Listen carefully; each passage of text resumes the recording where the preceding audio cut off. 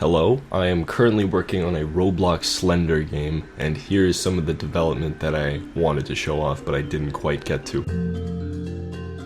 So I added stamina into the game. The lower your stamina gets, you'll hear heartbeats and the corners of your screen will kind of go purple as if it's a lack of oxygen. That's how I took it. As long as your energy does not go to 0%, you can still have your energy as it's regenerating, but once it hits 0%, you have to wait for it to go back to 100, which doesn't take that long. I didn't go like super stupid with this. Now the footstep sounds. Oh my god, the footsteps!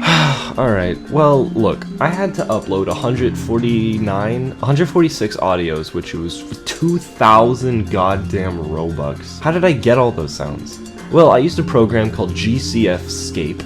Might have just kind of broken into CSGO, might have just taken their sounds, might have just extracted their footsteps, might have just, don't tell them though, it's illegal, don't do it. Then I had to upload every single audio to Roblox, and then I had to organize all of the footsteps into their own categories. So I had to copy the ID of every sound, and then put the sound into a table, and then I had to get a material map that takes all the sounds, maps them to the sound IDs, and then I had to fucking make it scripted so that when you start to play, the end result is a very good, very high quality footsteps.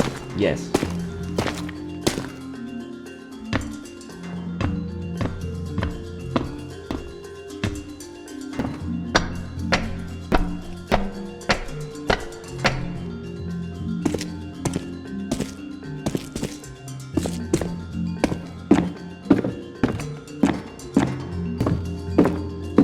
Alright, let's talk about the Slender rig. So, the Slender rig that I'm going to be using for the game is the Slender from Slender the Arrival, a popular game in 2013. Every model I could find was not rigged. Basically, that meant that I couldn't move his bones around, I couldn't bend his arms, bend his legs, move his fingers, I couldn't do anything. He was a statue, he was just a mesh. I didn't even know how to rig a model in Blender, so I had to start off scratch. I had to do my own weight painting, I had to do my own bone structures, I had to do everything, and I learned, and I mean, the results are pretty good. I made an animation, I was actually able to import it into Roblox using their new mesh deformation, and have the rig in Roblox.